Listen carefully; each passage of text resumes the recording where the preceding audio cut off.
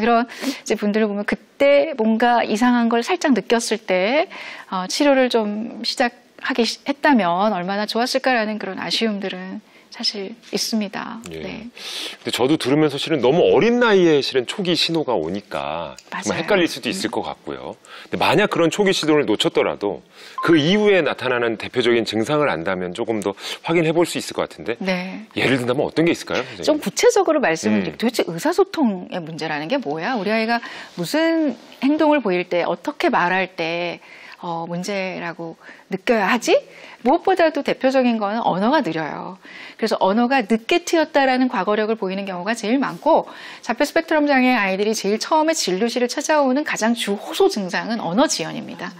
언어 지연인데 어느 시점에서 갑자기 트여요. 근데 트였는데 소통이 되는 게 아니라 혼잣말만 하고 동문서답을 하네. 그리고 억양이 왜 이러지?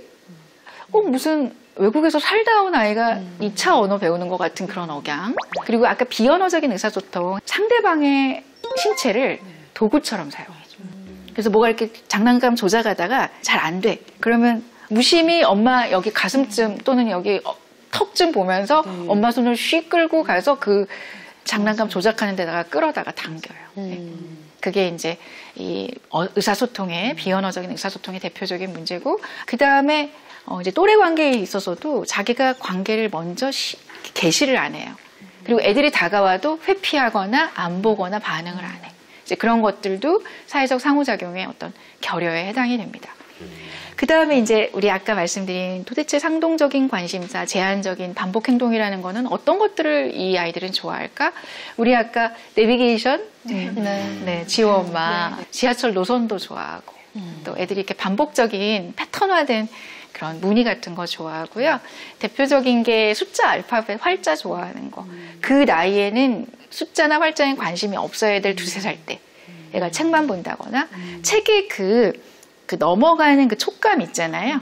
그거 즐겨서 계속 파닥파닥 이렇게 넘기는 아이들도 있어요. 그걸 책 보는 걸로 어머님들은 이제 처음엔 착각했다가 얘가 그 사각거리는 소리를 즐기거나 그 움직임을 즐긴다는 걸 나중에 이제 알게 되는 경우도 있고, 그 다음에 좀 인지가 조금 되는 아이들은 이제 상당히 좀 이렇게 세련된 관심사들이 생겨요. 자동차 모델명 외운다던가, 공룡 이름을 뭐 뒤에 학명까지 그냥. 저는 아이들한테 정말 많이 배웁니다. 이런 공룡 이름이 있었어? 라고 하면 제가 발음을 좀 잘못하면 막 혼내요, 저를. 그거 아니라고. 그렇게 잘잘잘잘 다르륵. 그런 아이들. 그리고 곤충에 또 꽂혀있는 애들도 굉장히 많아요. 그리고 지도. 그리고 국기. 국기 이름. 정말 저기 어디 있는지도 모르는 나라의 수도. 국기. 어떻게 생겼는지 다 그리는 아이들도 있어요. 그리고 초등학교 이제 입학한 아이들 중에는 뭐 역사, 연대기, 그런 거 다 이렇게 외워가지고 저한테 막 가르쳐요. 다른 대화, 오늘 점심 뭐 먹었어? 그러면 대답이 안 나와. 스몰 톡이라고 하잖아요. 사소한 잡담은 대화가 안 되고 자기가 아는 지식, 자기가 관심 있는 그 분야에 대한 얘기만 하려고 그래서 일반 의사소통이나 일반 대인관계가, 또래관계가 어려움에 처하게 되고, 그러니까 친구들이 별로 이렇게 그 아이랑 얘기하고 싶어 하지 않죠. 그리고 이제 감각적인 이상이 있는 것도 바로 그 제한적인 관심사 영역에 해당이 됩니다.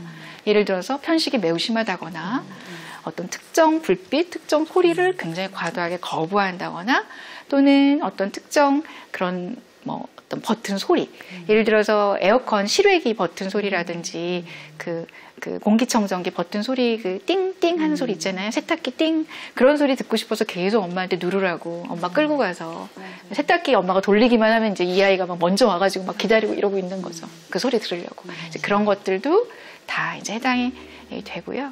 가장 이제 그 신체적으로 애들이 제일 많이 보이는 대표적인 것들은, 그 행동을 안 보이는 아이들도 많지만 빙글빙글 돈다든지 손을 이렇게 쳐다보는 거라든지 이렇게 파닥파닥 한다거나 박수를 친다거나 뭐 그런 이제 손과 행동상에서 반복 행동도 이제 해당 기준이 되겠습니다.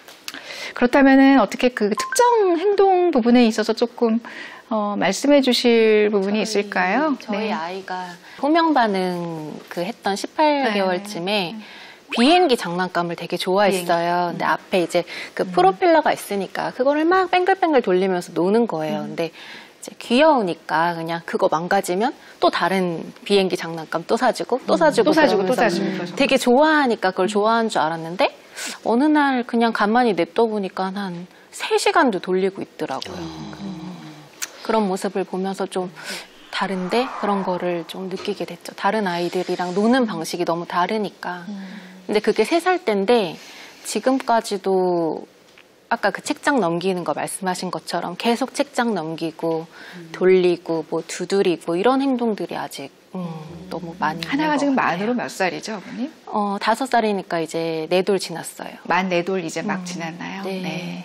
한참 제일 많이 할 때인데요. 네, 맞아요. 시간이 지나면 좀 완화가 될 겁니다. 다른 걸로 바뀌어갈 수도 있고요. 무엇보다도 제일 중요한 건 상동행동을 하느냐 안 하느냐가 중요한 게 아니라 그 행동을 하고 있을 때 우리 이제 프로펠러 그만 돌릴까? 손 다치겠다. 우리 이것만 하면 비행기가 너무 피곤해. 뭐라고 하면서 다른 놀이를 제시해 줬을 때 막 자지러진다거나 안 하려 그거 엄마가 제시한 다른 놀이로 잘 전환이 안 된다거나 그게 문제인 거거든요. 맞아요. 어떤 아이가 해놓은 모습을 제가 살짝 허락을 받고 찍은 게 있습니다. 한번 보실까요? 네. 저 때는 이제 다양한 저런 동물 피규어들이 있었는데 저걸 딱 이렇게 일렬로 줄 세워 놨더라고요. 근데 저기 자동차까지 같이 있잖아요. 네. 저게 이제 대표적인 그 아이는 전형적인 그 자폐 스펙트럼 장애 아이였습니다. 물론 저것만 보인다 그래서 애들 줄 세울 수 있어요.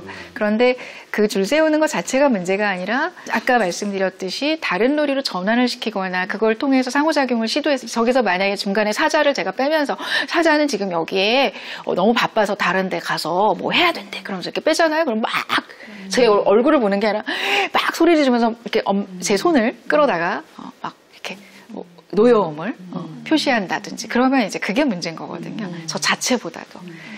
자, 그리고 또 하나 제가 또 영상을 좀 사진을 보여드리고 싶은 게 있는데요. 저 아이는 만 3돌도 안 된 아이였는데 저게 까만 거는 음식이에요. 건포도. 저렇게 이제 음식을 먹는 게 아니라 숫자에 너무 꽂혀 있으면 저렇게 모든 것들을 다 숫자화하는 컵으로도 숫자를 만들어요. 심지어. 그래서 이 대목에서 제가 진짜 아까 우리 영재인 줄 알고 뭐 조금 늦게 병원을 찾았다 뭐 그런 말씀 드렸지 않습니까? 언어가 빠르고 지능이 좋은 아이들이 놓치기가 쉬워요. 그래서 늦게들 오십니다. 저라도 그럴 것 같아요. 근데 안 믿고 싶기도 하고 애가 또 언어 구사력도 나쁘지 않고 또 머리도 상당히 이렇게 인지도 좋고 벌써 뭐 수를 뭐 1000, 13,000까지 뭐 다 안다. 학교도 안 들어간 애가 막 그렇게 얘기를 하시거든요. 근데 그런 것 때문에 뒤늦게 오시는데 초등학교 언제쯤 오시냐면 초등학교 한 3, 4학년 이후에 이제 친구 관계에서 이제 문제가 생기고 너무나 자기가 원하는 것만 고집하다가 문제가 생기는 거예요. 지난번에 저희가 도윤이라는 친구가 있었어요. 네네. 기억하실지 모르겠는데 그때 도윤이가 수도꼭지랑 뭐 경광등 이런 거에 집착을 좀 했었거든요. 맞아요. 네. 그럴 때 저희가 솔루션으로 뭔가 좀 이렇게 다른 데 관심을 옮겨주자, 좀 치우고 이런 얘기를 한 적이 있었거든요. 근데 일단은 어머니들은 뭔가 아이들이 어느 것 하나에 꽂혀서 뭔가를 하다 보면은 이게 재능이니까 살려줘야 된다라고 생각을 하시기가 쉽거든요. 우리 어머님들 중에 혹시 그런 고민하신 적이 없으실까요? 얘기를 좀 들어보고 싶은데요. 예, 있습니다. 네. 사실 저희 아이는 선생님 말씀하신 것처럼 활자에 관심이 많았던 거예요. 그래서 한글 알파벳을 스스로 뗐고 또 영어 파닉스까지도 영상을 보면서 스스로 공부를 학습이 되더라고요. 지금 상태에서 영어, 중국어를 외국어 노출을 지금은 자제하고 있지만 아이가 정말 좋아한다고 하면 이 아이의 자존감을 위해서라도 조금 공부를 더 시켜야 되는 건지 좀 그런 부분들이 사실은 좀 고민이 되고 있어요. 네. 가장 많이 제가 받는 질문입니다, 사실. 어디까지 아이의 이런 관심사나 나름 재능이면 재능인데 이거를 뭐 좀 이렇게 격려해주고 계속 권장을 해줘야 되는 것인지 아니면 사회성을 방해하니까 무조건 못하게 해야 되는 건지. 근데 이제 연령에 따라서 조금 접근해야 되는 게 좀 다르기는 해요. 그래서 어릴 때는 학교 입학 전을 얘기하는 겁니다. 학령 전기에는 또래 관계가 그때 아니면 나중에 초등학교 들어가면 너무 또래 관계가 세련돼지고 복잡해지기 때문에 단순 또래 관계와 사회성을 함양해주는데 그 어학이 그런 외국어가 영어가 중국어가 혹시 방해를 준다면 그거는 조금은 이렇게 제한시켜주는 게 도움이 되고요. 그걸 아예 못하게 하라는 뜻은 아니고 그거를 어떤 보상으로 자, 우리 친구하고 함께 이거 소꿉놀이 하고 나서 그 다음에 중국어 엄마랑 파닉스 하자. 뭐 영어 한번 영어 동화책 읽자라든지 그렇게 하셔도 그 외국어가 뭐 얘가 갖고 있는 재능이 어디 사장되거나 복도 뭐 이렇게 향상되지 않는 건 아니거든요. 그러니까 진짜 사회성의 함양이 중요한 시기에는 조금 그쪽에 그 관심사가 방해를 준다면 그걸 조금 이렇게 미뤄두게 하고 균형을 맞춰주라는 거죠. 그런데 이제 나이가 좀 들고 3학년, 4학년 중학생이 됐는데 아이가 무슨 역사에 꽂혀 있다. 또 무슨 어떤 특정 뭐 그림 그리는 거 보면 곤충 그림만 그리는 애들이 있어요. 그래서 저한테 이만큼 막 가져오세요. 어머님들이 얘가 선생님 이거 보세요. 이만큼 곤충만 그리고 있습니다. 근데 그것도 너무 디테일하고 세밀하게 그려요. 그래서 보면 얘는 제가 볼 때는 세밀을 화가시킵시다. 제가 막 얘 무조건 전문 교육 받게 하자고 그렇게 하기도 해요. 진로에 활용할 수도 있습니다. 그 외에도 좀 혼동되는 증상들이 실은 많아서도 네네네. 고민이실 것 같아요. 예를 들어 뭐 ADHD라는 진단을 받았는데 알고 보니 뭐 자폐였더라. 라는 경우처럼 좀 혼동되는 증상들이 계속 나오는 것 같아요. 네. 예. 그 얼마 전에 굉장히 좋은 저널에 좋은 잡지에 실린 논문 중에 하나가 ADHD 증상을 동반한 자폐 스펙트럼 장애 아이들이 그냥 순수한 자폐 스펙트럼 장애만 있는 아이들에 비해서 진단이 3년이 늦어진다는 연구 결과가 나왔어요. 그게 무슨 얘기냐면 산만증이나 ADHD 유사 증상을 보이는 아이들이 ADHD에만 눈에 너무 확 띄니까 사회성 발달의 문제가 안 보이는 가려버리는 거예요.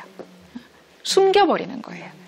여기 나오는 그래프를 보셨다시피 자폐 스펙트럼 장애가 안에 이렇게 핵처럼 들어있고 이렇게 쭉 이렇게 포진하고 있죠. 저런 문제 행동들을 많이 보이게 되는데 우리 아이가 뭐 반복 행동, 뭐 이렇게 눈을 깜빡깜빡거리고 고개를 까딱까딱 하니까 틱은 아닐까요?